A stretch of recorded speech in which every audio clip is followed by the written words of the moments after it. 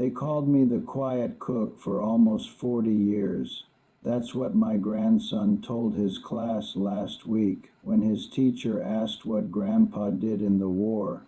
Quiet cook, nothing more. He didn't know there was a folder sitting in a federal records office with my name on it that said otherwise. Neither did I, not really, not until a stranger called my house and asked if I was ready to talk about February the 6th, 1968. My name doesn't matter much for this. My daughter calls me Dad.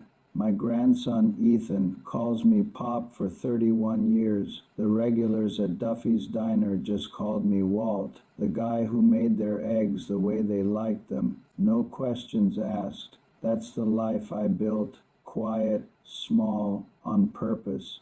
I enlisted in 1966, 19 years old. No plan for my life beyond finishing it in one piece. The Army looked at my file, saw I'd worked my uncle's diner since I was 12, and made me a cook. I won't lie to you, I was relieved. Cooks didn't get sent to Walk Point. Cooks didn't get written home about in the newspaper. I thought I'd found the safest job in a war that wasn't safe anywhere.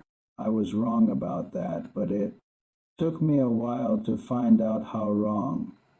By late 1967, I was attached to a small outpost west of the main base at Key San, one of the ridgeline positions that never got a real name, just a number nobody bothered writing on a map that mattered.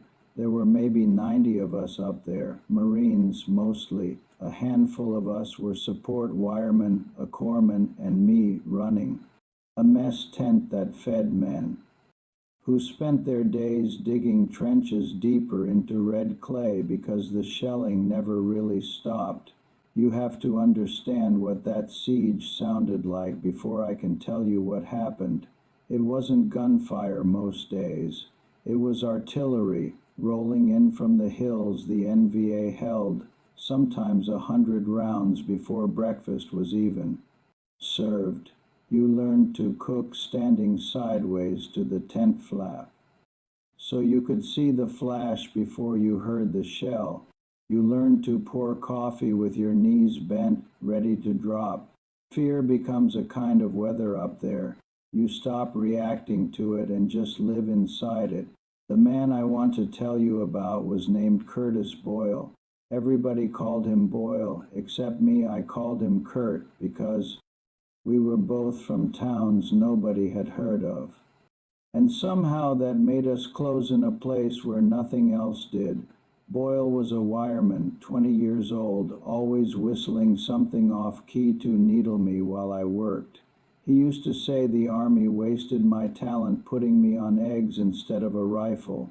I used to tell him the Army wasted his talent putting him on wire instead of a stage, because the boy could not carry a tune to save his life. We had a system, Kurt and I, every morning before the shelling really opened up. He'd come by the tent early for coffee, and we'd talk about nothing. His girl back home, my uncle's diner. It was the only part of the day that felt like it belonged to us instead of the war. On the morning of February the 6th, he didn't come. I told myself he was just late. Then the artillery started early that day, heavier than usual, and underneath it I heard something I hadn't heard before: small arms fire, close, coming from the wire on the western slope, not outgoing, incoming. Someone was inside the perimeter.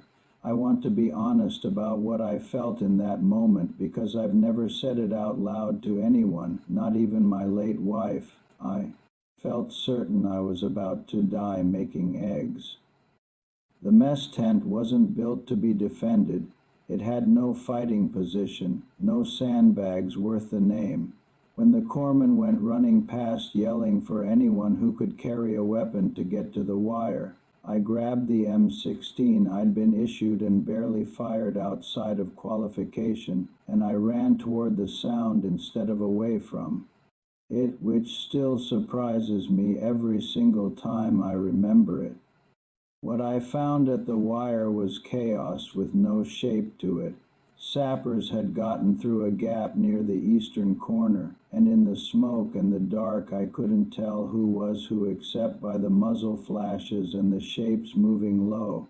A Marine I barely knew was down near the trench line, hit in the leg, trying to drag himself back and not getting anywhere. I remember deciding, without deciding, that I was going to reach him. I won't describe every second of what happened after that. Some of it I still don't have words for, and some of it isn't mine to describe in detail. It belongs to men who aren't here to say whether they'd want it told. I'll tell you what matters. I got to that Marine. I got him back behind the trench line while rounds passed close. Enough that I felt the air move, and somewhere in the middle of all that, I found Kurt. He was against the trench wall, sitting the way you sit when your body has decided something your mind hasn't caught up to yet. I got to him seconds too late to change anything. I want you to know I did not get there in time, because I've carried the shape of those seconds for 58 years, and I'm not going to pretend otherwise. Now, I stayed with him until the position was secure again. I don't remember walking back to the mess tent afterward. I remember standing in front of the same stove hours later because somebody still needed to eat and doing the only thing I knew how to do with my hands.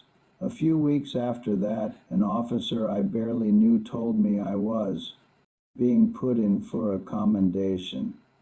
Said something about initiative, about the wounded Marine I'd carried back. I told him as respectfully as a private can tell an officer anything that I didn't want it. He looked at me like I'd said something in a foreign language. I never explained myself to him, and I'm not sure I could have. The truth was simple enough even if I couldn't say it then. Kurt didn't get a medal. He got a folded flag and a hometown that barely remembers his name. I wasn't going to walk around with a piece of ribbon for the day I lost him. So somewhere in the paperwork of a war that generated more paperwork than any war before it, my name got attached to an action and then quietly detached from the ceremony that was supposed to follow it. I asked a clerk I knew to lose it, and either he did his job well or the whole system simply moved on without me because nobody ever brought it up again. I came home in 1969, took over my uncle's diner counter, and never told a single soul what February the 6th cost or what it apparently earned me on paper. For 56 years, that was the end of the story as far as I was concerned. Then 2 months ago, a woman named Diane Ferris called my house. She worked with a small nonprofit that tracks down unresolved commendations from Vietnam, cross-referencing old after-action reports with service records that were never closed out properly. She'd found mine. She read me 2 paragraphs over the phone, written by an officer I barely remembered, describing what I'd done at that trench line in language so much bigger than what I remembered doing. I sat at my kitchen table and listened to a stranger describe the worst morning of my life like it was something to be proud of, and I didn't know what to do with my hands. I told her I needed time. She said she understood, and that the paperwork wasn't going anywhere this time. That same week, Ethan came home from school and told me about his assignment interview a family member about their life presented to the class. He asked me what I did in the war, the way he'd asked 100 times before. And I gave him the answer I'd given 100 times before. I was a cook. I made eggs for men who did the real fighting. He wrote it down, a little disappointed, the way a 14-year-old is disappointed when the true story isn't the one he wanted. I don't fully know why I said yes to Diane Ferris 3 days later. Maybe it was watching my grandson write just a cook in his notebook like it was a small thing. Maybe it was finally being old enough that the weight felt heavier to carry alone than to set down. I called her back and told her I was ready to hear the rest of it. She's sending the full file next month. I still haven't decided what I'll do when it arrives. Whether I'll read every page, or just enough to know it's real, or whether I'll do what I did in 1968 and quietly ask someone to let it disappear again. What I do know is this. Ethan asked me again last night what I did over there. I told him I kept people fed in a place that tried very hard to make sure nobody got the chance to be hungry for long. He didn't understand what I meant, and that's all right. I'm not sure I fully understand it myself, even now, sitting here 58 years later, still hearing a boy from nowhere whistling off key at 6 in the morning, waiting on a cup of coffee that some mornings I still catch myself pouring.